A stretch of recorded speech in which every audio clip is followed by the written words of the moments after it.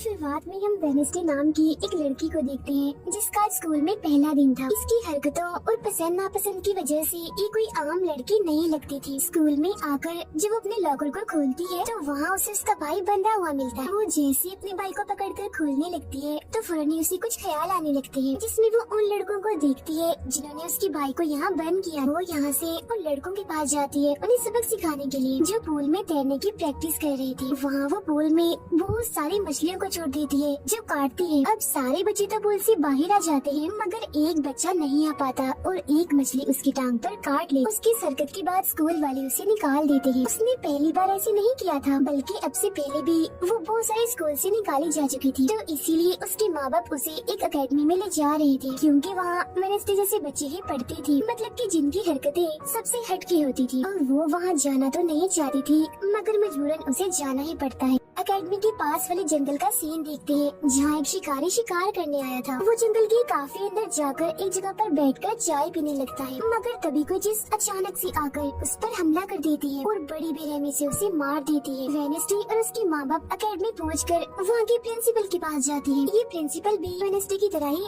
Outcast होती है। Outcast में जलपरी, वेयरवुल्व्स, वैम्पायर्स, चुड़ैल और ऐसे लोग शामिल थे जिनमें जादुई ताकतें पाई जाती है। और इस तरह के ही सारे बच्चे इस अकेडमी में पढ़ते हैं। वेनेसडे के साथ जिसने कमरे में रहना था, यानी उसकी रूम में, उसने कमरे को काफी रंगीन बनाया हुआ था। इसीलिए सब कुछ वेनेसडे को पसंद नहीं आता, क्योंकि उसे तो बस काला रंग ही पसंद था। यहाँ का सारा माहौल देखकर वो मुंह बना लेती है। तब उसकी रूममेट उससे पूछती है, तुम ठीक हो ना, क्या हुआ तुम्हें? जिस पर उसके डैड जवाब देते हैं, मेरी बेटी बड़ी अजीब है, काफी बोर है और बस इसे तुम जिंदा लाश समझो। अपने डैड की ये बातें सुनकर वेनेसडे उन्हें घूरने लगती है। अब उसकी रूममेट उसे पूरी अकेडमी घुमा रही थी। तभी एक लड़का वहाँ आकर वेनेसडे से उसकी फेसबुक आईडी मांगता है, जिस पर वो कहती है, मैं कोई भी सोशल मीडिया इस्तेमाल नहीं करती, क्योंकि सोशल मीडिया हड्डियों को सड़ा देने वाली सिर्फ एक बीमारी है और कुछ भी नहीं। जाने से पहले वेनेसडे की मॉम उसे कहती है, अब तुम यहाँ से कभी भाग नहीं पाओ। जिस पर वो कहती है, देख लीजिएगा, मैं आपसे वादा करती हूँ कि जल्दी मैं यहाँ से भाग जाऊंगी। वहाँ से जाते वक्त उसके डैड वहाँ एक हाथ छोड़ देते हैं ताकि वो वेनेसडे पर नजर रख सके। उधर जंगल में जब पुलिस छानबीन करने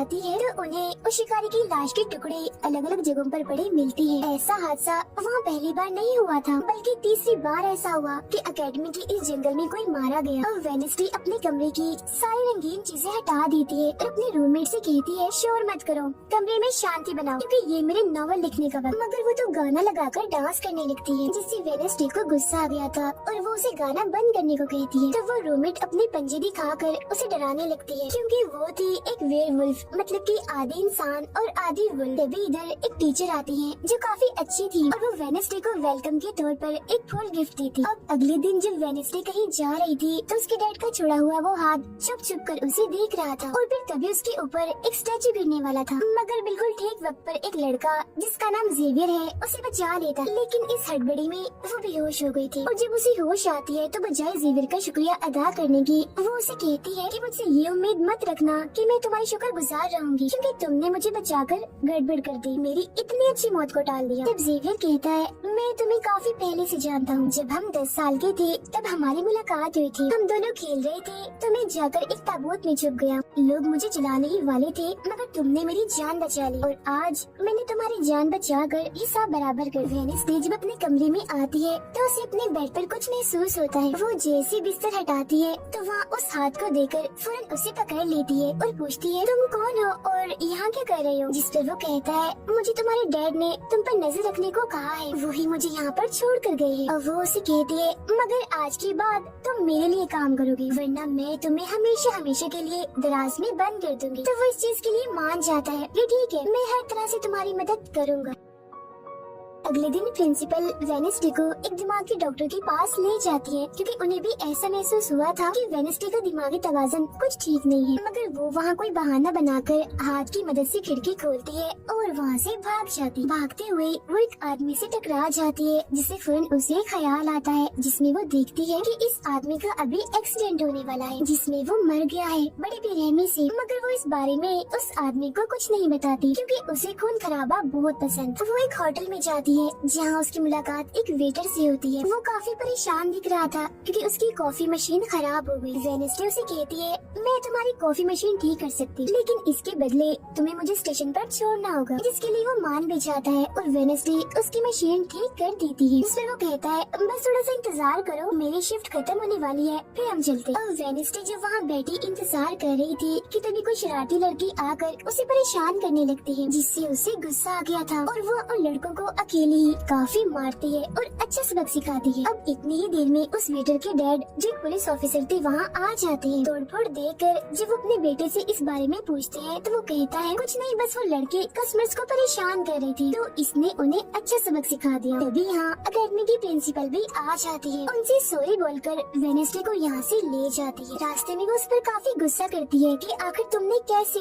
अकेडमी से भागने की कोशिश की। तभी उन्हें रास्ते में एक एक्सीडेंट हुआ नजर आता है जो उसी आदमी का था जिससे वेडनेसडे टकराई थी, जो देख प्रिंसिपल घबरा जाती है। कहती है, मेरी दुआ है ड्राइवर को कुछ ना हुआ हो। जिस पर वेडनेसडे कहती है, वो तो मर गया है और उसकी गर्दन भी टूट गई है। फिर अकेडमी में आने के बाद वेडनेसडे गिटार बजाने लगती है। वो काफी अच्छा बजा रही थी, जिसकी धुन प्रिंसिपल के साथ साथ काफी बच्चों को भी पसंद आती। रूममेट जब कमरे में आती है तो उसकी नजर हाथ पर पड़ती है, जिस बारे में वो वेडनेसडे से पूछती है कि ये क्या चीज है। जिस पर वो जवाब देती है कि ये हमारी एडम फैमिली का एक मेंबर है। अब हम एक अनजान लड़के को देखते हैं जो लाइब्रेरी में जाकर एक किताब से एक सफा फाड़ लेता है जिस पर एक तस्वीर बनी हुई। उधर हाथ मीटर के घर पहुंच जाता है, जिसे देख वो काफी डर गया था और उसे मारने लगता है। फिर हाथ उसे बैठने का इशारा करके उसे वेडनेसडे का नंबर देता है और उसे फोन करने का कहता है। फिर जब वेटर उसे कॉल करता है तो वो कहती है कि हमारी अकेडमी में एक त्योहार मनाया जाने वाला है जहाँ सभी बच्चे आएंगे। मैं वहाँ से भागने वाली हूँ और अगर तुम मुझे स्टेशन तक पहुँचा दोगे तो मैं तुम्हें काफी अच्छा इनाम दूंगी। जिस पर वो वेटर मान भी जाता है। जब वो त्योहार में जाती है तो देखती है कि प्रिंसिपल की नजर मुझ पर ही है, इसीलिए वो एक आदमी को पैसे देकर प्रिंसिपल का ध्यान भटकाने का कहती है। अब वेटर वहाँ आकर वेडनेसडे के जाने से पहले उसे उसके डैड का एक पुलिस रिकॉर्ड तोहफे में देता है जो उसने अपने डैड की फाइल्स में से चुराया था, क्योंकि उसके डैड एक पुलिस ऑफिसर जो थे। अब उस रिकॉर्ड को लेकर जैसे वो यहाँ से जाने लगती है तो तभी वो उस लड़के से टकरा जाती है जिसने बुक में से तस्वीर को फाड़ा था। टकराते ही वेडनेसडे को उस लड़के की मौत के ख्याल आने लगते हैं कि वो थोड़ी देर में मरने वाला है, जो बहुत ही भयानक थी। वो लड़का जंगल की तरफ जाने लगता है तो वेडनेसडे भी उसके पीछे जाती है और कहती है, रुक जाओ, जंगल में मत जाओ, तुम्हारी जान को खतरा है, तुम मर जाओगे। मगर तभी वो उसे अपने जादू से उड़ाकर पेड़ पर लगा देता है और कहता है, खतरा मुझे नहीं तुम्हें है, बल्कि तुम खुद ही खतरा हो और मैं सब लोगों को तुमसे बचा रहा हूँ। उस दिन स्टैचू को मैंने ही तुम्हारे ऊपर गिराया था। जिसके बाद वो उसे एक तस्वीर दिखाता है और कहता है, इस तस्वीर में तुम ही हो जिसे मेरी मॉम ने 25 साल पहले बनाया था और ये उस वक्त की बात है जब वो इस अकेडमी में पढ़ती थी। मरने से पहले उन्होंने कहा था कि इस लड़की यानी तुम्हें मुझे रोकना होगा, नहीं तो तुम इस अकेडमी के साथ साथ पूरी दुनिया को ही तबाह कर दोगी। वो बस वेडनेसडे को मारने ही वाला था कि तभी एक बड़ा सा मॉन्स्टर आकर उस पर हमला कर देता है और बड़ी ही बेरहमी से उसे मार देता है। इसके बाद हम वेडनेसडे को उसके कमरे में देखते हैं क्योंकि उसने यहाँ से भागने के इरादे को खत्म कर दिया था, क्योंकि अब उसके दिमाग में बहुत सारे सवाल थे, जैसे कि मैं इस दुनिया के लिए खतरा कैसे हूँ, एक मॉन्स्टर ने आखिर मेरी जान क्यों बचाई, और साथ ही उसके डैड के खिलाफ पुलिस रिपोर्ट जिसमें उसके डैड के ऊपर एक कत्ल का इल्जाम था।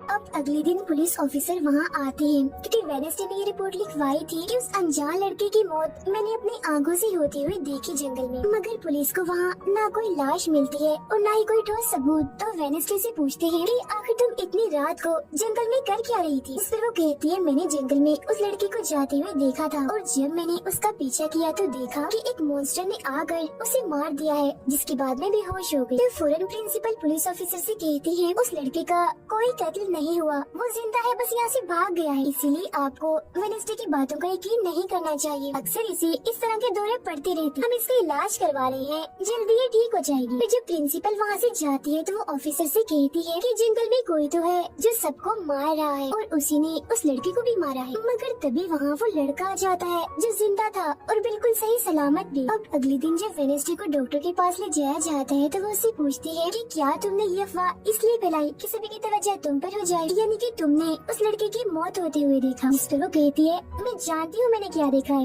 ओके, मुझे तुम्हें बताने की कोई जरूरत नहीं। अगले दिन उसे पता चलता है कि उसी लड़के को बगैर किसी वजह से एकेडमी से निकाला जा रहा है, इसीलिए वो अपने साथी और साथ को उस लड़के के पीछे लगा देती है। अब प्रिंसिपल के कहने पर वेडनेसडे एक एक्टिविटी में हिस्सा लेती है, जिस मकसद के लिए वह क्लब ज्वाइन करती है, जहाँ उसके साथ सिर्फ एक ही लड़का था जिसके साथ उसकी दोस्ती हो जाती है। जब हाथ उस लड़के के पीछे जाता है तो देखता है कि वो अपना रूप बदल रहा है, जहाँ पहले वो एक बुरा इंसान और फिर एकेडमी के प्रिंसिपल का रूप ले लेता है। जिसके बाद हाथ आकर ये सारी बात वेडनेसडे को बता देता है। अब जब क्लास शुरू होने वाली थी तो जेवियर उसे कहता है कि मेरी साथ वाली सीट खाली है तो तुम यहाँ बैठ जाओ, तो वो उसके साथ आकर बैठ जाती है। जेवियर यहाँ मकड़ी की तस्वीर बना रहा था और फिर अपने जादू से वो उसे जिंदा भी कर देता है, मगर एक ही झटके में वेडनेसडे उसे मार देती है और उसकी राख उड़ा देती है। अब एक लड़की जो काफी बदतमीज थी और विलन भी थी, उसकी और वेडनेसडे के बीच काफी बहस हो जाती है, क्योंकि दोनों ही एक दूसरे से काफी चिढ़ती थी, एक दूसरे को जरा भी पसंद नहीं करती थी। फिर इसके बाद वेडनेसडे अपनी जगह अपने रूममेट को उस क्लब में भेज देती है, जहाँ वो एक्टिविटी की प्रैक्टिस कर रही थी, और खुद वो अकेली ही चली जाती है एकेडमी के उस जंगल में मॉन्स्टर को ढूंढने के लिए। वेडनेसडे को वहाँ उस अनजान लड़के का टूटा हुआ चश्मा भी मिलता है, वही अनजान लड़का जिसे मॉन्स्टर को मारता हुआ इसने देखा था। और अब जैसे ही वो इस चश्मे को छूती है तो लाइब्रेरी में उसे वहाँ एक किताब भी दिखती है, तो वो उस किताब को खोजने लाइब्रेरी में चली जाती है, मगर उसे वहाँ उस तरह की कोई भी किताब नहीं मिलती। जिसके बाद वो चुपके से जेवियर के कमरे में चली जाती है, क्योंकि वो लड़का और जेवियर एक ही कमरे में रहती थी। वेडनेसडे और हाथ यहाँ पर उस किताब को ढूंढ रहे थे, मगर तभी यहाँ जेवियर आ जाता है, जिस वजह से वो बेड के नीचे छुप जाते हैं। तभी जेवियर के पास वो विलन लड़की भी आती है और उसे कहती है तुम मुझसे क्यों नाराज हो, अच्छा गुस्सा छोड़ो सुलह कर लो, जिस पर वो मना कर देता है। अब उसके इनकार पर विलन लड़की को लगने लगता है कि ये सब वो वेडनेसडे की वजह से कर रहा है, इसीलिए वो कहती है कि कल मैं वेडनेसडे समेत तुम्हारे सभी साथियों की कश्तियों की धज्जियां उड़ाने वाली हूँ। बेड के नीचे छुपे वेडनेसडे और हाथ भी उसकी ये बात सुन लेती। कमरे में वापस आने के बाद वेडनेसडे अपने रूममेट से कहती है कि कल जो कश्तियों की रेस होने वाली है मैं भी उसमें हिस्सा लूँ, और कुछ भी हो जाए उस घमंडी लड़की यानी विलन को मैं हरा कर ही रहूंगी। अब अगले दिन जब रेस शुरू होती है तो बताया जाता है कि इस मुकाबले का कोई भी असूल कानून नहीं है, जो भी टीम सबसे पहले गुफा में जाकर झंडे को लाएगी वही टीम जीत जाएगी। जिसके फौरन बाद गेम शुरू हो जाती है और विलन भी अपनी चालें चलना शुरू कर देती। वो अपने एक जलपरी साथी की मदद से एक टीम की कश्ती को तुड़वा देती है, जिससे वो पूरी टीम पानी में गिर जाती है। मगर फिर जब वो जलपरी वेडनेसडे की कश्ती की तरफ आ रही थी तो हाथ उससे पहले ही जाल फेंककर उसे जाल में फंसा लेता है। अब किनारे तक सिर्फ 3 टीम्स पहुंच पाती है, और जब सारे लोग झंडा लेने अंदर जाते हैं तो रूममेट अपने पंजों से जोकर टीम की कश्ती में छेद कर देती है। फिर सभी के साथ वेडनेसडे जब झंडा लेकर आ रही थी तो उसे ख्याल आता है, जिसमें वो अपनी जैसी एक लड़की को देखती है जिसके हाथ में किताब थी। होश में आने पर झंडा लेकर वो वापस से कश्ती में चली जाती है। जोकर्स की कश्ती तो छेद होने की वजह से वहीं पर ही डूब जाती है, जबकि जलपरी दोबारा से वेडनेसडे की कश्ती पर हमला करने लगती है, मगर हाथ पानी में जाकर जलपरी को जोर से मुक्का मार। अब वेडनेसडे अपनी कश्ती से बहुत सारे तीर निकाल कर विलन की कश्ती में छेद कर देती है, जिससे उसकी कश्ती डूब जाती है और वेडनेसडे की टीम इस रेस को जीत जाती है। अब ये 4 साल में पहली बार हुआ था जब उस विलन को किसी ने हराया था, इसलिए आज वो गुस्से में आग बबूला हुई। रात के वक्त वेडनेसडे एक स्टैचू के पास जाती है जिसके हाथ में किताब थी। किताब पर लिखी एक पहेली को जैसे ही वो सुलझाती है तो वहाँ एक रास्ता खुल जाता है। जैसे उसके अंदर जाती है तो देखती है कि यहाँ उसकी मॉम डैड के अलावा और भी बहुत सारे लोगों की तस्वीरें लगी हुई हैं। उसे वहाँ वो किताब भी मिल जाती है जिसकी वो तलाश कर रही थी, मगर जैसे वो उस किताब को वहाँ से लेकर जा रही थी कि तभी अचानक से कोई आकर उस पर हमला कर देता है, जिससे वो बेहोश हो जाती है। अब उसे जैसे होश आती है तो देखती है कि उसे कुछ लोगों ने बंदी बनाया हुआ है, जिन्होंने मास्क भी लगाए हुए थे, मगर उनकी आवाज सुनते ही वेडनेसडे उन्हें पहचान लेती है और कहती है कि मैंने तुम्हें पहचान लिया है, तुम अपने अपने मास्क हटा सकते हो। असल में ये लोग और कोई नहीं बल्कि विलन और उसके साथी थे। इसी दौरान वो अपनी रस्सी भी खोल चुकी थी और वहाँ से जाने लगती है, मगर जाते जाते वो कहती है तुम सब छोटे बच्चे हो, अगवा करना भी तुम्हें ठीक से नहीं आता। वापस आने के बाद वो उस तस्वीर को किताब पर लगाकर मुकम्मल करती है, जिसे उस लड़के ने किताब से फाड़ लिया था और वो उसे पढ़ने लगती है। अब अगले दिन प्रिंसिपल सभी बच्चों को एक प्रोजेक्ट देती है जिसमें उन्हें शहर की सारी दुकानों पर जाकर काम करना था। शहर पहुंचने के बाद वेडनेसडे जेवियर को वो किताब दिखाकर पूछती है कि क्या तुम इस किताब को पहचानते हो, जिस पर वो कहता है हाँ। इस किताब को लेकर मेरे और उस लड़के के बीच में लड़ाई भी हुई थी, जिसके बारे में तुमने कहा था कि मॉन्स्टर ने उस पर हमला कर दिया था। ये किताब एक जादूगर की है और 30 सालों से भी ज्यादा पुरानी है, तो तुम इसके साथ क्या कर रही हो? ये सुन वो उससे पूछती है तुम उस जादूगर के बारे में और क्या जानते हो? वो कहता है कुछ खास नहीं। अगर तुम उस जादूगर के बारे में जानना चाहते हो तो तुम्हें उसके घर जाना होगा, जो काफी पुराना एक खास घर है। अकेडमी के सारे बच्चे भी अलग अलग दुकानों में जाकर काम करने लगते हैं। वेडनेसडे एक वेट्रेस बनी थी, मगर उसका नखरा गुस्सा देखकर कोई भी उसे खाने की चीज नहीं लेता। वेडनेसडे का दोस्त पेस्ट्री खा रहा था कि तभी शरारती बच्चे आकर उसे परेशान करने लगते हैं और बस फिर होना क्या था, वेडनेसडे वहाँ आती है और उन्हें खूब मारती है। इसके बाद वो अपने उस दोस्त को लेकर जादूगर के घर जाती है ताकि वो सारी सच्चाई जान सके कि आखिर बात क्या है, और उस किताब के बारे में भी। उसे वहाँ जादूगर की बहुत सारी चीजें और एक पेंटिंग भी दिखाई देती है। पेंटिंग में वो उसी लड़की को किताब पकड़ी हुई देखती है जो उसे गुफा के पास भी देखी थी। उसके ख्याल में जब उनकी रेस में वेडनेसडे झंडा लेने गई, फिर उसे वहाँ इस पेंटिंग वाले लड़की की किताब भी मिल जाती है, मगर वो खाली थी क्योंकि वो नकली थी। इतनी ही देर में वहाँ एक औरत आती है तो वेडनेसडे उसे असली किताब के बारे में पूछती है, जिस पर वो कहती है कि वो किताब तो चोरी हो गई थी और इस वक्त तुम जहाँ खड़ी हो ये भी उस जादूगर का असली घर नहीं है। इसके बाद वेडनेसडे वेटर से मिलने उसकी होटल जाती है और उससे जादूगर के असली घर के बारे में पूछती है, तो वो उसे असली घर के बारे में बता भी देता है, जहाँ से वेडनेसडे अकेली ही उस घर में चली जाती है। वहाँ उसे एक बूढ़ा आदमी मिलता है जो उसे कहता है ये मेरी जगह है, मेरा घर है, निकलो यहाँ से। तब ये सुन वेडनेसडे का साथी वो हाथ उसके मुंह पर ही हमला कर देता है, जिससे डरकर वो आदमी वहाँ से भाग जाता है। और वेडनेसडे को यहाँ से कुछ नहीं मिलता, इसीलिए वो यहाँ से जाने लगती है। मगर जब वो दरवाजे से बाहर जाती है तो फौरन उसे ख्याल आता है, जिसमें वो देखती है कि वो जादूगर एक लड़की को चुड़ैल साबित करके इस घर में बंद कर देता है, जहाँ उससे पहले और भी बहुत सारे लोग बंधे हुए थे। ये सारे लोग आउटकास्ट के थे, यानी कोई वेम्पायर था, कोई जलपरी, कोई वेयरवुल्फ तो कोई चुड़ैल। इसीलिए जादूगर इन सबको शैतान समझता था। इस तरह के सभी लोगों को यहाँ कैद करने के बाद वो इस पूरे घर में आग लगा देता है। वो बच्ची जिसे जादूगर ने चुड़ैल साबित किया था वो अपनी मॉम को आजाद करने की कोशिश करती है, मगर नहीं कर पाती क्योंकि सभी लोगों को जंजीर की मदद से जमीन के साथ बांधा हुआ था। सिर्फ वो बच्ची ही आजाद थी, इसीलिए अपनी माँ के कहने पर उसे बेसमेंट के जरिए वहाँ से भागना पड़ता है। जिसके बाद वो जादूगर जो बेहद ही जालिम था सभी आउटकास्ट के लोगों को जला देता है। तभी वो लड़की वेडनेसडे के पास आती है और कहती है वो बहुत ही जालिम है, हम सबको मार देगा। तब इतनी ही देर में वो जादूगर भी वहाँ आ जाता है, जिससे वेडनेसडे डर जाती है और वापिस से होश में मतलब कि मौजूदा वक्त में आ जाती है। होश में आती वो हाथ से कहती है मैंने उस लड़की को देख लिया, उसने मुझसे बात भी की, मुझे लगता है वो मेरे खानदान की कोई मेंबर है। तभी यहाँ जंगल वाला मॉन्स्टर आकर इस घर पर हमला कर देता है, मगर जब उसकी नजर वेडनेसडे पर जाती है तो वो यहाँ से भाग जाता है। वेडनेसडे और हाथ उसका पीछा करते हैं, मगर देखते हैं कि मॉन्स्टर के कदमों के निशान तो इंसानी पैरों के निशान में बदल गए। अगले दिन उस जादूगर की मूर्ति को इज्जत के तौर पर इस जगह पर लगाया जाने वाला था, क्योंकि शहर के लोग तो उसे अपना हीरो ही मानते थे। और आज वेडनेसडे को वहाँ गिटार बजाने के लिए बुलाया गया था, लेकिन वो लोग जैसी मूर्ति लगाकर अपना काम करने लगते हैं तो तभी वो हाथ पीले फेंककर मूर्ति को आग लगा देता है, क्योंकि वेडनेसडे के कहने पर उसने पहले ही मूर्ति पर पेट्रोल डाल दिया था। आग देखकर सारे लोग वहाँ से भाग जाते हैं, मगर वेडनेसडे अभी भी वहाँ बैठी गिटार बजा रही होती है। साथ ही वो मूर्ति को जलता हुआ देखकर खुश भी हो रही थी। अब प्रिंसिपल को वेडनेसडे पर ही शक था, मगर उसके खिलाफ प्रिंसिपल के पास कोई सबूत नहीं था। अब जादूगर के जिस पुराने घर में वेडनेसडे गई थी, जहाँ वो बूढ़ा आदमी था, वो अभी भी वही रुका हुआ था। मगर तभी वो मॉन्स्टर वहाँ आता है और उस बूढ़े आदमी पर हमला कर देता है। लेकिन मरते मरते वो बूढ़ा आदमी मॉन्स्टर की 2-3 तस्वीरें अपने कैमरा में बना ही लेता है। पुलिस को जब ये खबर मिलती है तो फौरन छानबीन करने पहुँच जाती है, जहाँ उन्हें बूढ़े आदमी के कैमरा से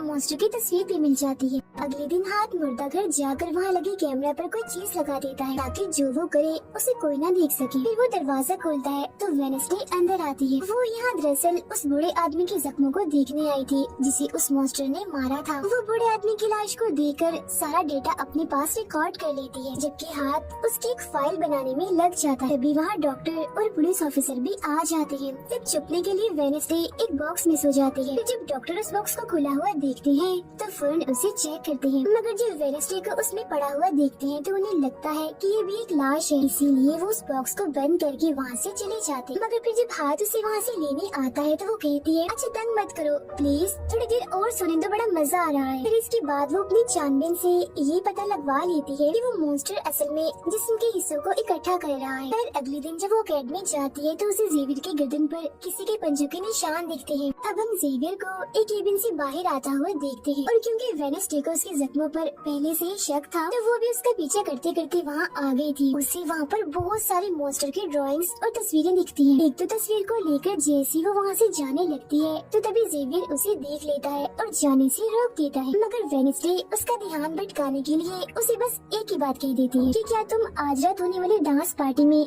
मेरे साथ चलोगे। जिसके बाद वो जेवियर की बनाई मॉन्स्टर की ड्राइंग्स ले जाकर पुलिस ऑफिसर को दे देती है, जिस पर वो कहती है इससे हम किसी को भी नहीं पकड़ सकते, कोई ठोस सबूत लेकर आओ। अब वेडनेसडे अपनी सारी रिसर्च को अपने दोस्त के सामने रख देती है ताकि वो उसकी मदद कर सके। उनमें से एक ड्राइंग को देखकर उसका दोस्त कहता है कि मैं इस जगह के बारे में जानता हूँ, जिसके बाद वो वेडनेसडे को उस जगह पर ले जाता है जो एक गुफा थी, जिसके अंदर जाकर उन्हें बहुत सारी हड्डियाँ और एक हथकड़ी भी मिलती है। थोड़ा छानबीन करने पर उसे वहाँ एक नोकदार बड़ा सा नाखून भी मिलता है, जिसे वो अपने पास रख लेती है। जिसके बाद वो जेवियर के पेंटिंग वाले केबिन में जाती है और डस्टबिन से एक कपड़ा जिस पर खून लगा हुआ था उसे निकाल कर अपने पास रख लेती है। जैसी वो वहाँ से जाने लगती है तो तभी वहाँ जेवियर आ जाता है और उसे पूछता है तुम यहाँ मेरे केबिन में क्या कर रही हो। उसकी बात डालकर वो उसे पूछती है ये जो चोट तुम्हारी गर्दन पर है ये तुम्हें कैसे लगी। तब वो बताता है कि पिछले कुछ दिनों से ये मॉन्स्टर मेरे सपनों में आ रहा है, इसीलिए मैं इसकी ड्राइंग्स बनाता हूँ, मगर एक दिन मैंने अपने जादू पर से कंट्रोल खो दिया और ड्राइंग के अंदर से मॉन्स्टर की पंजे ने निकलकर मुझे नोच लिया। लेकिन अब क्योंकि वेडनेसडे उस पर शक कर रही थी इसलिए वो उस पर काफी गुस्सा करता है और फौरन उसे यहाँ से जाने का कहता है। अब वेडनेसडे वो खून लगा कपड़ा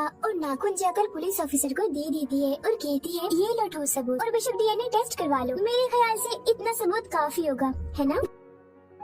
वो अपने दोस्त के पास जाती है और कहती है कि डांस पार्टी में जाने के लिए हमारे साथ कोई नहीं है, तो हम ऐसा करते हैं डांस पार्टी में नहीं जाते बल्कि गुफा में जाकर मॉन्स्टर को ढूंढते। जिसके बाद रात को वेडनेसडे अपने दोस्त के साथ जंगल में जाने की तैयारी कर रही थी, मगर तभी उसके दरवाजे पर वेटर तैयार होकर आता है क्योंकि हाथ ने उसे वेडनेसडे की तरफ से डांस पार्टी में चलने की दावत भेजी थी। अब क्योंकि वेटर काफी खुश था तो वेडनेसडे उसका दिल तोड़ना नहीं चाहती थी, इसीलिए वो अपने गुफा में जाने वाले प्लान को खत्म करके वेटर के साथ पार्टी में जाने का फैसला करती है। जब वेडनेसडे वहाँ से जाने लगती है तो उसका दोस्त वहाँ आता है तो वो उसे कहती है आई एम सॉरी मैं पार्टी में जा रही हूँ, हम ऐसा करते हैं कल गुफा में जाएंगे। लेकिन उसका दोस्त बगैर बताए अकेला ही उस गुफा में चला जाता है। उधर पार्टी में सारे लोग आकर काफी एंजॉय कर रहे थे। सब लोग अपने अपने साथी को लेकर पार्टी में आए हुए थे, जहाँ जेवियर अपने साथ उस विलन लड़की को लाया था। लेकिन जब वेडनेसडे वेटर के साथ वहाँ आती है तो उन दोनों को साथ देकर जेवियर जलने लगता है। जब सब लोग डांस कर रहे थे तो वेडनेसडे के डांस करने के स्टाइल से सारे लोग काफी हैरान रह जाते हैं क्योंकि वो काफी अजीब तरह से ही डांस कर रही थी। उधर जंगल में वेडनेसडे का दोस्त भी पहुँच गया था और छुपकर मॉन्स्टर के आने का इंतजार कर रहा था, मगर तभी वहाँ कोई आता है और उस गुफा में धमाका करके भाग जाता है। जेवियर लगातार उन दोनों को देखकर जल रहा था, इसीलिए वो विलन लड़की से कहता है कि तुम अपना लॉकेट उतारो और अपनी जेल परी से मेरे लिए मदद मांगो ताकि मैं वेडनेसडे को भूल जाऊँ। जिस दिन विलन लड़की भड़क जाती है और उसे कहती है कि तुम तो पहले ये कहते फिर रहे थे कि मैंने अपनी जेल परी से तुम्हें अपने काबू में किया है और अब तुम्हें किसी को बुलाने के लिए मेरी ही मदद चाहिए। तभी बाहर शरारती लड़कों का ग्रुप टैंकर लेकर आता है और डांसिंग क्लब की पंप में वो बड़ा सा पाइप लगा देते हैं और फिर तभी अचानक उस पार्टी में खून की बारिश होने लगती है क्योंकि जो टैंकर वो शरारती लड़की लाई थी जिसका पाइप उन्होंने लगाया था उसमें दरअसल खून था। ये देख सारे लोग घबरा जाते हैं और पार्टी से भागने लगते हैं, मगर वेडनेसडे वहीं खड़ी रहती है क्योंकि उसे तो अब और मजा आ रहा था क्योंकि वो बारिश खून की नहीं बल्कि कलर की थी जिसमें वो काफी एंजॉय कर रही थी। तभी वेडनेसडे को ख्याल आता है जिसमें वो देखती है कि उसका दोस्त अकेला ही जंगल में चला गया है जहाँ वो मुसीबत में है, उसकी जान खतरे में है, इसीलिए वो जंगल की तरफ उसे बचाने के लिए भाग जाती है। उसके दोस्त के पीछे दरअसल वो मॉन्स्टर पड़ गया था जिससे बचकर वो भाग रहा था। वो मॉन्स्टर एक बार उस पर हमला करता ही है कि तभी वेडनेसडे उसे ढूंढते हुए वहाँ आ जाती है। तब मॉन्स्टर उसे देखकर वहाँ से भाग जाता है। वो अपने दोस्त को बेहोश पड़ा हुआ देखकर काफी घबरा जाती है। इतनी ही देर में उसकी टीचर भी उसका पीछे करते करते वहाँ आ गई थी, जिसके बाद उसके दोस्त को हॉस्पिटल ले जाया जाता है और वेडनेसडे खुद वापस अपने अकेडमी में आ जाती है जहाँ वो अपने डैड पर लगे सैम को सुलझाने की कोशिश कर रही थी कि आखिर सच क्या। अकेडमी में सारे माँ बाप अपने बच्चों से मिलने आते हैं क्योंकि आज मीटिंग थी। प्रिंसिपल सबको बताती है कि वेडनेसडे की दोस्त की हालत में सुधार हो रहा है, कुछ दिन के बाद ठीक होकर वो वापस आ जाएगा। मगर दूर खड़ी वेडनेसडे अपने रूममेट को बताती है कि ये झूठ है, वो तो कोमा में है बेचारा। तभी यहाँ दोनों के माँ बाप आ जाते हैं और ये उनसे मिलने चली जाती है। वेडनेसडे अपने मॉम डैड को बताती है कि जब से आपने मुझे यहाँ छोड़ा है मेरे ऊपर बहुत सारे हमले हुए हैं। अब इन सभी को अपनी अपनी फैमिली से मिलता हुआ दूर खड़ी जेवियर और विलन लड़की देख रही है क्योंकि उनके मॉम डैड आज भी नहीं आए। अब विलन लड़की सुधर गई होती है, साथ ही उसके जेवियर के साथ दोस्ती भी हो गई थी, तो अब से हम उसे जेवियर की दोस्त कहें। तब इतनी ही देर में उसकी मॉम भी इधर आ जाती है, जिसे देखकर वो काफी हैरान थी। वेडनेसडे के माँ बाप प्रिंसिपल से मिलते हैं तो वो कहते हैं कि वेडनेसडे काफी अजीब तरह से सबसे पेश आती है, इसे डॉक्टर के पास ले जाए इलाज करवाने के लिए। अब इससे पहले वहाँ उसके माँ बाप कुछ कहते फौरन वो बोल पड़ती है कि रुकिए जरा डैड, मैं आपसे कुछ पूछना चाहती हूँ। ये देखिए एक लड़का जिसका नाम गैरेट है, इसके कत्ल का इल्जाम आपके सर पर क्यों है और ये कौन था? तो वेडनेसडे की मॉम उसे कुछ भी बताने से इनकार कर देती है। जब वो अपनी मॉम को ये कहकर यहाँ से चली जाती है कि मत बताइए, बाकी सबूत मैं खुद ढूंढ लूँ। वो सीधा जाती है हॉस्पिटल अपनी दोस्त से मिलने, जहाँ उसका ख्याल वेडनेसडे का साथी हाथ रख रहा था। अब पता चलता है कि डॉक्टर ने अपनी जान ले ली है और ये डॉक्टर वही था जिसकी मुर्दा खाने से वेडनेसडे बूढ़े आदमी की लाश को देखने आई। मरने से पहले डॉक्टर ने एक खत भी छोड़ा था जिसमें लिखा हुआ था कि मैं गैरेट के केस पर शर्मिंदा हूँ क्योंकि मैंने उसकी झूठी रिपोर्ट बनाई थी। अब जब सारे लोग खाना खा रहे थे तो तभी वहाँ पुलिस ऑफिसर आकर वेडनेसडे के डैड को पकड़ लेता है और कहता है कि गैरेट की मौत के इल्जाम में तुम्हें गिरफ्तार किया जा रहा है। जेल में वेडनेसडे अपने डैड से मिलने जाती है, पूछती है कि बताएं गैरेट से आपका क्या वास्ता है। तो वो बताते हैं कि गैरेट तुम्हारी मॉम से बहुत प्यार करता था। फिर एक दिन जब तुम्हारी मॉम और मैं साथ थे तो गैरेट ने आकर मुझ पर हमला कर दिया। मैंने अपना काफी बचाव किया, जिस दौरान गलती से उसकी मौत हो गई। ये सुन वेडनेसडे को उनकी बात थोड़ी झूठी लगती है। फिर वो पुलिस ऑफिसर के पास जाती है, कहती है मेरे डैड ने गैरेट को नहीं मारा और ये उनके खिलाफ साजिश की जा रही है। जिस पर वो कहता है दुनिया तुम्हारे हिसाब से नहीं चलती, हमारे पास सबूत आ गए हैं तुम्हारे डैड के खिलाफ। वो कहती है मैं नहीं मानती और मेरा ख्याल है कि जिसने मेरे दोस्त को मारने की कोशिश की उसने ही गैरेट को मारा होगा। पार्क में रूममेट अपनी मॉम के साथ बैठी थी, जहाँ उसकी मॉम चाहती है कि वो पूरी तरह एक वेयरवुल्फ बन जाए और वो उसे एक डॉक्टर के पास जाने का कहती है, मगर रूममेट ऐसा नहीं चाहती, इसलिए वो यहाँ से चली जाती है। अब वेडनेसडे अपनी मॉम के पास जाती है ताकि वो सारी सच्चाई जान सके। उसकी मॉम खुफिया लाइब्रेरी में थी। वो अपनी मॉम से कहती है कि आपने मुझे इस अकेडमी में इसलिए भेजा ना ताकि मैं हमेशा आपकी परछाई बन के रहूं। जिस पर उसकी मॉम कहती है कि ये सिर्फ अकेडमी ही नहीं बल्कि पहले यहाँ एक ग्रुप हुआ करता था जिसकी बुनियाद तुम्हारे डैड की फैमिली की एक औरत ने रखी थी जिसका नाम गुडी था। वो कहती है मैं ये जानना चाहती हूँ कि डैड ने तो गैरेट को नहीं मारा तो फिर किसने मारा है। तब उसकी मॉम सच्चाई बताती है कि जब मैं वहाँ गई तो मैंने देखा कि तुम्हारे डैड और गैरेट आपस में लड़ रहे थे। मैंने उन्हें रोकने की कोशिश की मगर गैरेट तुम्हारे डैड को काफी बुरी तरह से मार रहा था। मैंने फौरन तलवार उठा ली और फिर जैसे गैरेट मेरे पास आने लगा तो तलवार उसके आर पार हो गई और वो मारा गया। मगर तुम्हारे डैड ने मेरी जान बचाने के लिए तलवार मुझसे ले ली ताकि सारा इल्जाम उन पर आ जाए। वेडनेसडे कहती है मगर मुझे पता चला था कि जब गैरेट मरा तो उसके मुंह से झाग निकल रही थी। ऐसा तो सिर्फ तब होता है जब किसी ने जहर लिया। अब सच पता करने का सिर्फ एक ही रास्ता है, गैरेट की कब्र को खोदना। जिसके बाद वो अपनी मॉम के साथ मिलकर गैरेट की कब्र को खोद देती है और वहाँ से उसकी एक उंगली ले लेती है। मगर तभी इधर पुलिस आकर उन दोनों माँ बेटी को गिरफ्तार कर लेती है। जेल में वेडनेसडे गैरेट की उंगली अपने मॉम डैड को दिखाती है, कहती है कि उसकी मौत जहर से हुई थी। मगर जैसे उसके हाथ इस उंगली पर लगते हैं उसे फौरन एक ख्याल आता है जिसमें वो देखती है कि गैरेट के डैड ने उसे जहर दिया था ताकि वो इस पूरे अकेडमी के लोगों को मार डाले। मगर जब उसकी लड़ाई वेडनेसडे के डैड से हुई तो जहर की बोतल टूट गई जिससे सारा जहर गैरेट के अंदर चला गया, जिसका मतलब साफ था कि उसने वेडनेसडे के डैड को ही नहीं बल्कि पूरी अकेडमी को ही खत्म करने आया था। जेल से रिहा होने के बाद वेडनेसडे और उसकी मॉम मेयर के पास जाती है, कहती है आपने गैरेट की मौत के सच को छुपाया, उसकी मौत जहर से हुई थी न कि तलवार से और ये बात साबित भी हो गई है। जो सुन मेयर सब कुछ सच बता देता है जिसके बाद वेडनेसडे के डैड को भी रिहा कर दिया जाता है। अब वेडनेसडे अपनी मॉम को बताती है कि मुझे बहुत ख्याल आते हैं, जिस पर उसकी मॉम कहती है कि ये खासियत हमारे खानदान में है, ख्याल सबको आते हैं, अगर ख्याल हमारे कंट्रोल में ना रहे तो ये हमें पागल बना सकते हैं, इसीलिए हमारे खानदान के पुराने लोग आकर हमें आसान रास्ता बताते हैं और ट्रेनिंग देते हैं। तो वेडनेसडे फौरन बोलती है जैसे गुडी एडम्स जिसके बारे में आपने बताया था कि वो मेरे डैड के खानदान के, जिस पर उसकी मॉम कहती है कि मुझे नहीं नहीं पता। बहरहाल तुम होशियार रहना, क्योंकि गुडी एडम्स बदला चाहती थी,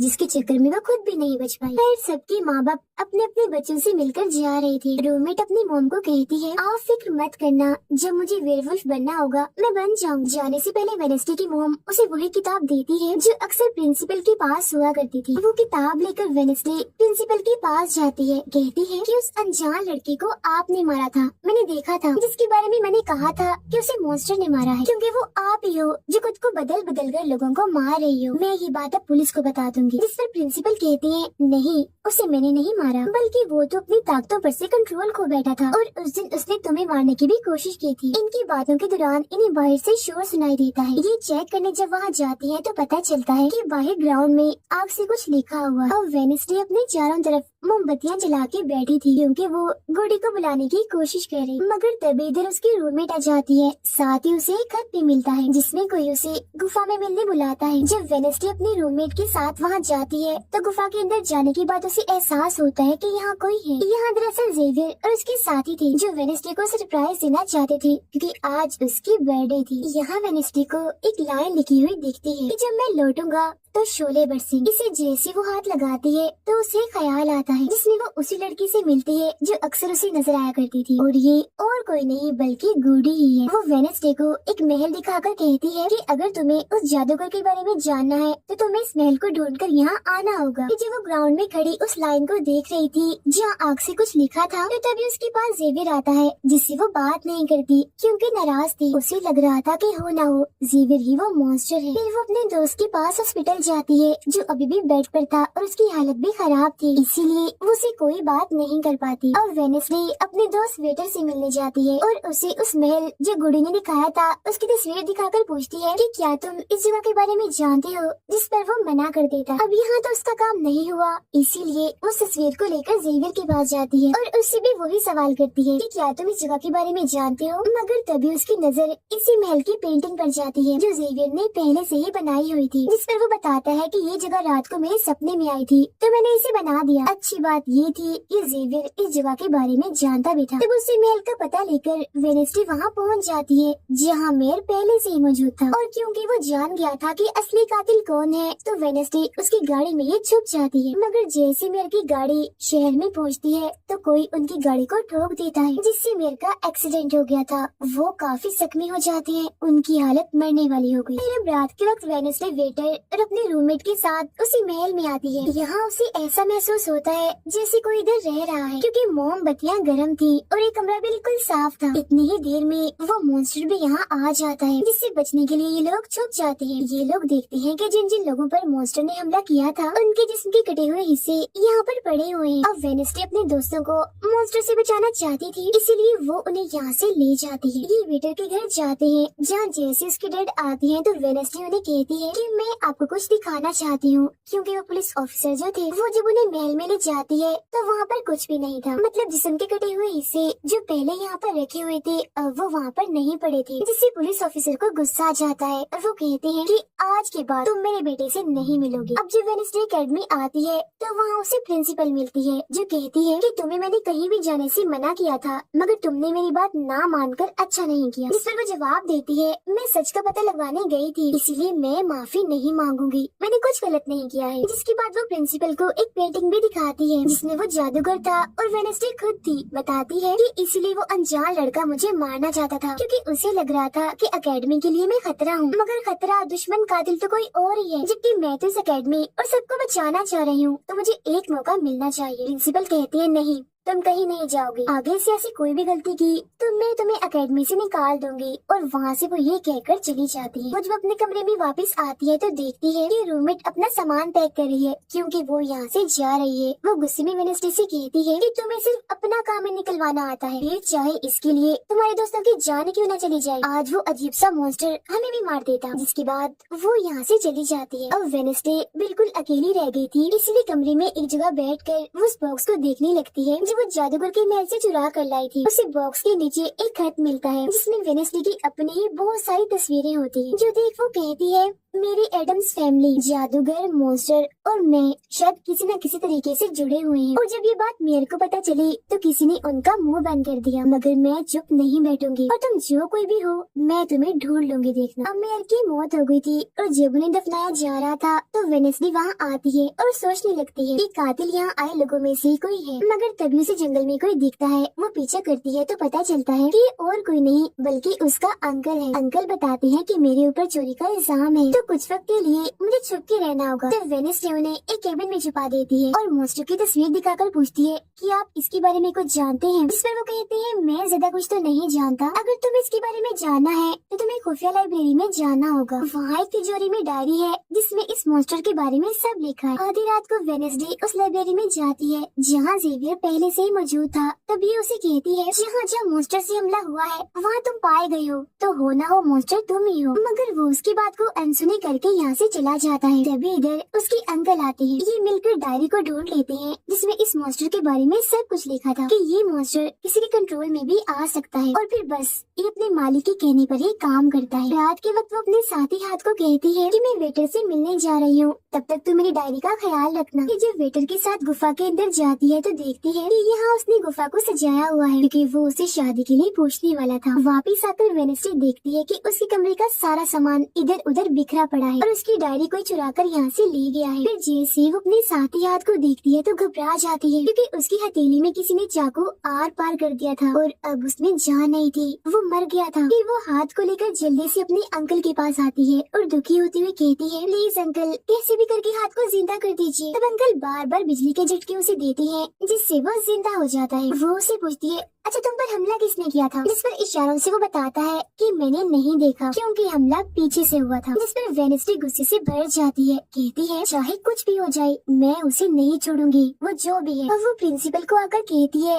किसी ने मेरे कमरे में तोड़ फोड़ कर दी है, साथ ही कोई इस डायरी को भी चुरा कर ले गया है। वो कहती है वो डायरी तो खुफिया लाइब्रेरी में थी तो तुम्हारे पास कैसी आई, तुम ऐसी हरकतें मत करो कि अकेडमी को बंद करना पड़े, ऐसा मैं होने नहीं दूंगी। फिर जब वेनेसडे वहाँ से जा रही थी तो तभी उसके पास उसके साथी आते हैं और उसे जानकारी देते हैं कि गैरेट जिसकी मौत का इल्जाम तुम्हारे डैड पर था उसकी मॉम को किसी ने डुबोकर मारा था और मरने से पहले उनकी सारी प्रॉपर्टी एक डॉक्टर ने हथिया ली थी। डॉक्टर नाम सुनकर वेनेसडे को दिमागी डॉक्टर पर शक होता है, इसीलिए वो सीधा उनके पास जाती है। कहती है कि मैं जानती हूँ आपके अंदर गैरेट की मॉम की आत्मा है जो सबसे अपनी मौत का बदला लेना चाहती है, अब बस कर दो तुम्हारा खेल खत्म हुआ। इसके बाद वो यहाँ से चली जाती है। ये सारी बातें सुन डॉक्टर को जरा भी समझ नहीं आती कि क्या बोल रही थी, इसीलिए वो फौरन प्रिंसिपल को कॉल करती है। कहती है वेनेसडे आई थी, उसका बर्ताव काफी अजीब था, उल्टी उल्टी बातें कर रही थी वो। अब तभी यहाँ मॉन्स्टर आ जाता है जो डॉक्टर पर हमला करके उन्हें मार देता है। अब डॉक्टर तो मर गई थी, इसीलिए वेनेसडे की शक की सुई अब जेवियर पर आ जाती है, इसीलिए वो उससे मिलने उसके कैबिन में जाती है। यहाँ उसे मरे हुए लोगों का सामान भी मिलता है जिससे उसका शक और पक्का हो जाता है। अब तभी इधर पुलिस भी आकर जेवियर को पकड़ लेती है क्योंकि पुलिस को यहाँ पर वेनेसडे ने ही बुलाया था। अब जब वेनेसडे कमरे में आती है तो उसकी रूममेट वापस आ गई थी। कहती है तुम्हारा और मेरा कोई ताल्लुक है, मैं तुम्हारे साथ रहना चाहती हूँ, मैंने तुम्हें और हाथ को बहुत याद किया। फिर इसके बाद वेनेसडे वेटर के पास जाती है जहाँ उसे फिर से कुछ ख्याल आने लगते हैं जिनमें वो देखती है कि मॉन्स्टर और कोई नहीं बल्कि वेटर ही है जिसे वो पसंद करती है। मगर फिलहाल वो उसे कुछ नहीं कहती, उसे एक जगह पर लाती है और फिर कहती है कि जेवियर को तो फंसाया जा रहा है जबकि असली मॉन्स्टर तो तुम ही हो, मगर वो इसके लिए बार बार मना करता है। तभी यहाँ वेनेसडे के सारे दोस्त भी आ जाते हैं और वेटर को पकड़कर कुर्सी से बांध देते हैं। अब वेनेसडे उस पर जुल्म करना चाहती है मगर उसके दोस्त ऐसा करना नहीं चाहते, इसीलिए वो यहाँ से चले जाते हैं। फिर जैसे ही वो वेटर को मारने के लिए आगे बढ़ती है कि तभी वेटर के डैड पुलिस ऑफिसर यहाँ आ जाते हैं और वेनेसडे को गिरफ्तार कर लेते हैं। हालांकि वो उन्हें कहती भी है कि असली कातिल आपका बेटा है, वही मॉन्स्टर है ये, मगर वो उसकी एक नहीं सुनती। फिर जब वो यहाँ से जा रही थी तो वेटर उसके पास आता है, कहता है कैसा लगा हारना, अभी तो और भी बहुत कुछ होना बाकी है बच्चों। जिसके बाद प्रिंसिपल भी वेनेसडे को कह देती है कि तुमने सारी हदें पार कर दी, इसीलिए तुम्हें अकेडमी से निकाला जा रहा है। लेकिन अभी भी वो बार बार एक ही बात कह रही थी कि वेटर ही असली मॉन्स्टर है, मगर फिर भी वो उसकी एक नहीं सुनती और जाने का कहती है। तब आखिरी बार वेनेसडे जेवियर से मिलने जाती है जो जेल में बंद था और उससे नाराज भी था क्योंकि वेनेसडे ने ही उसे पुलिस के हवाले किया था। हालांकि वो उसे बताती भी है कि मॉन्स्टर वेटर है और उसने मेरे जरिए तुम्हें फंसाया है। वो उसकी एक नहीं सुनता, कह देता है कि सारी मुसीबत की जड़ तुम हो। अगर तुम ये एकेडमी छोड़ के चली जाओगी तो कुछ भी गलत नहीं होगा। ये बात सुनने के बाद वो एक सेकंड भी नहीं रुकती और यहाँ से चली जाती है। वो अपने कमरे में आकर अपना सारा सामान पैक करती है, जिसके बाद वो सभी से आखिरी मुलाकात करती है। सबसे आखिर में वो अपने दोस्त से मिलने हॉस्पिटल में जाती है। कहती है मैं तो जा रही हूँ, तुम अपना ख्याल रखना और हाँ बाहर मत निकलना, बाहर मॉन्स्टर हो सकता है। और उस दिन गुफा में धमाका करने वाला और कोई नहीं बल्कि प्रिंसिपल ही थी। जिस पर वो कहता है नहीं, धमाका करने वाले के जूते लाल थे, जबकि प्रिंसिपल कभी भी लाल जूते नहीं पहनती। ये बात सुनकर वेनेस्डे को पता चल जाता है कि असली कातिल कौन है। वो अपनी उसी टीचर के पास जाती है जिसे सब पसंद करती थी और कहती है बाकी लोग तो बिला वजह मारे गए हैं, जबकि असली कातिल तो तुम ही हो। तुमने ही वेटर को अपने कंट्रोल में करके उसे मॉन्स्टर बनाया और धीरे धीरे उसे अपना गुलाम बना लिया। अपने इशारों पर नचाकर लोगों को उसके जरिए मरवाया। तभी यहाँ वेटर भी आ जाता है, जिसे वो टीचर कहती है जल्दी करो, वेनेस्डे को मार दो। लेकिन दरअसल ये वेटर नहीं थी बल्कि प्रिंसिपल थी, जो रूप बदल कर यहाँ पर आई थी। और अब टीचर प्रिंसिपल के गले में जहर का इंजेक्शन घुसा देती है, जिससे प्रिंसिपल बेचारी मारी जाती है। फिर वो वेनेस्डे को भी बांध कर जादूगर की गुफा में ले आती है। गुफा में आकर वेनेस्डे को पता चल जाता है कि जिन मरे हुए लोगों के जिस्म के हिस्सों को इकट्ठा किया गया था वो दरअसल जादूगर को दोबारा से जिंदा करने के लिए किए गए थे। तभी यहाँ टीचर जो असली विलन थी वेनेस्डे को बताती है कि जब गुडी ने जादूगर को मारा था तो गुडी ने अपने खून से जादूगर की कब्र पर एक ताला लगा दिया था। और अब जादूगर को जिंदा करने के लिए हमें गुडी की फैमिली मतलब एडम्स फैमिली के ही किसी इंसान का खून चाहिए, साथ ही पूरे चांद की रात भी हो। और अब हमें ये सुनहरी मौका मिल गया है जादूगर को जिंदा करने का, क्योंकि एडम्स फैमिली से तुम हो और आज पूरे चांद की रात भी है, हम तुम्हारा खून लेंगे। जिसके बाद टीचर वेनेस्डे के हाथ पर कट लगा देती है, जिससे उसका खून निकलने लगता है। फिर वो उसके खून से जादूगर की कब्र का ताला खोल देती है और फिर अगले ही पल जादूगर भी जिंदा होकर अपनी कब्र से बाहर आ जाता है। बाहर आते ही वो वेनेस्डे को चाकू मार देता है, जिससे वो जख्मी हो जाती है। इसके बाद वो अकेडमी को खत्म करने के लिए चला जाता है। अब तभी यहाँ गुडी एडम्स आती है और वेनेस्डे को बिल्कुल ठीक कर देती है, मतलब कि उसके जख्म, और कहती है मैंने तुम्हें ठीक तो कर दिया है, मगर अब के बाद मैं तुम्हें नजर नहीं आऊंगी। जंगल के रास्ते से जब वेनेस्डे जा रही थी तो तभी उसके सामने वेटर आ जाता है। उसे टीचर कंट्रोल कर रही थी, इसीलिए वो मॉन्स्टर बनकर उस पर हमला कर देता है। वो बस उसे मारने ही वाला था कि तभी यहाँ एक वेयरवुल्फ आ जाती है, जो और कोई नहीं बल्कि रूममेट थी, जो आज पहली बार वेयरवुल्फ बनी थी, वो भी सिर्फ वेनेस्डे को बचाने के लिए। यहाँ वेयरवुल्फ और मॉन्स्टर के बीच काफी खतरनाक लड़ाई होती है, जिसमें वेयरवुल्फ मॉन्स्टर पर भारी पड़ रही थी और उसे काफी मारती है, अच्छा मजा चखाती है। इसके बाद वेनेस्डे जादूगर से लड़ने उसे रोकने के लिए अकेडमी में आ जाती है, जहाँ वेनेस्डे को बचाने के लिए जेवियर पहुँच जाता है। अब जैसे जादूगर जेवियर को मारने वाला था तो तभी सामने वेनेस्डे आ गई थी और वो बेचारी खुद जख्मी हो जाती है, मगर फिर भी वो जेवियर को कहती है कि तुम यहाँ से जाओ और बाकी अकेडमी वालों को बाहर निकालो, क्योंकि ये हम जैसे आउटकास्ट के लोगों को नहीं छोड़ेगा। जिसके बाद वो फिर से खड़ी हो जाती है, उसके हाथ में तलवार भी थी, जिसकी मदद से वो जादूगर से लड़ती है, मगर जादूगर काफी ताकतवर था, इसीलिए वो उसके सामने नहीं टिक पाती। वो बस उसे मारने ही वाला था कि तभी इधर जेवियर की दोस्त आकर जादूगर का ध्यान भटका देती है। जिस दौरान मौका देकर वेनेस्डे उठती है और तलवार के एक टुकड़े को जादूगर के दिल की आर पार कर देती है, क्योंकि ऐसा उसे गुडी एडम्स ने करने को कहा था। जी हाँ, जादूगर एक बार फिर से मर जाता है और उसका जिस्म जलने लगता है और राख बनकर उड़ जाता है। जादूगर के मरते ही यहाँ वो टीचर आ जाती है, जिसके हाथ में गेंद थी, जिसे वो वेनेस्डे पर तान देती है, क्योंकि वो उसे मारना चाहती है। मगर तभी यहाँ वेनेस्डे का दोस्त भी आ गया था, जिसके पास बहुत सारी मधुमक्खियाँ थी। वो उन सभी मधुमक्खियों को टीचर पर छोड़ देता है, जिससे उसका भी काम तमाम हो जाता है। जब वेनेस्डे अपने मिशन में कामयाब होकर बाहर आती है, जहाँ सारे लोग खड़े थे, तो वो वहाँ अपने रूममेट को भी देखती है, जो अब वेयरवुल्फ से अपने असली रूप में आ गई थी। यहाँ वो दोनों पहली बार गले मिलते हैं, मगर हैरत, अब वेनेस्डे को कोई भी ख्याल नहीं आ रहा था। कुछ वक्त के बाद वेनेस्डे अपना नॉवल भी पूरा कर लेती है, मगर वो इसका एंड नहीं करती, यानी कि उसे खत्म नहीं करती और आगे बस एक सवालिया निशानी छोड़ देती है। वो जेवियर से मिलने जाती है, जहाँ वो उसे गिफ्ट देता है, जिसमें मोबाइल था। वो इस गिफ्ट को ले तो लेती है, मगर कुछ नहीं कहती और वहाँ से चली जाती है। फिर जब वो अपनी गाड़ी में थी तो उसके पास मैसेज आता है, जिसमें उसकी कुछ तस्वीरें थी और साथ ही ये मैसेज भी था कि मैंने तुम पर नजर रखी हुई है, जिससे वो सोच में पड़ जाती है कि टीचर तो मर गई है, मगर अब उसके बाद ये कौन है जो सब कर रहा है। इसी सोच में वो अपने घर के लिए निकल जाती है। जिसके बाद हम पुलिस की गाड़ी को देखते हैं, जिसमें वो वेटर को बांधकर कहीं ले जा रही थी, क्योंकि उन्हें भी पता चल गया था कि यही असली मॉन्स्टर है, इसे बस कोई कंट्रोल करता है। मगर तभी अचानक से वेटर दोबारा मॉन्स्टर बन जाता है और सभी पुलिस वालों को मार देता है, जिसका मतलब ये था कि टीचर की तरह अभी भी कोई है जो इसे कंट्रोल कर रहा है और वो लोगों को मरवाता रहेगा इसके जरिए। और ये अनजान इंसान वही हो सकता है जिसने वेडनेसडे को मैसेज किया, यानी कि अभी भी कोई है जो अकेडमी को बंद करवाने में लगा है और मॉन्स्टर के जरिए खून खराबा कत्ल होना आम ही रहेगा। और इसी के साथ ही ये सीजन इधर ही खत्म हो जाता है।